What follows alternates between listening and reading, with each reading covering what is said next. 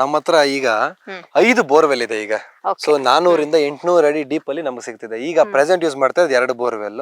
So ನಾವೇನ್ ಮಾಡ್ತೀವಿ, ಆ ಬೋರ್ವೆಲ್ ಇಂದ ಈ ಅಗ್ರಿಕಲ್ಚರ್ ಪಾಂಡ್ ಗೆ ಡಂಪ್ ಮಾಡ್ತೀವಿ. ಅಗ್ರಿಕಲ್ಚರ್ ಪಾಂಡ್ ಅಂದ್ರೆ ಕೃಷಿ ಹೊಂಡ ಅಂತೀವಿ.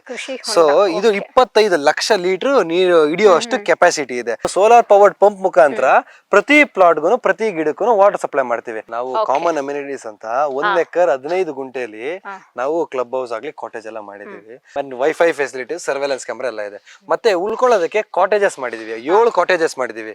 ಸೊ ಕ್ಲೈಂಟ್ಸ್ ಯಾವಾಗಲೇ ಬಂದಾಗೂ ಕಂಫರ್ಟಬಲ್ ಆಗಿ ಸ್ಟೇ ಮಾಡೋದಕ್ಕೆ. ಅಂಡ್ ನಮಗೆ ಸ್ವಿಮ್ಮಿಂಗ್ ಪೂಲ್ ಇದೆ, ನಮ್ ನೆರಳು ಬ್ರ್ಯಾಂಡಿಂಗ್ ಎಲ್ಲ ಇದು ಮಾಡಿದೀವಿ. ಟೇಬಲ್ ಟೆನ್ನಿಸ್ ಇದೆ, foosball and basic gym equipments, cycling ಇವೆಲ್ಲ ಆಕ್ಟಿವಿಟೀಸ್ ಮಾಡೋದಕ್ಕೆ ರೆಡಿ ಆಕ್ಯುಪೈಡ್ ಎಕ್ವಿಪ್ಮೆಂಟ್ಸ್ ಎಲ್ಲಾನು ಇದೆ.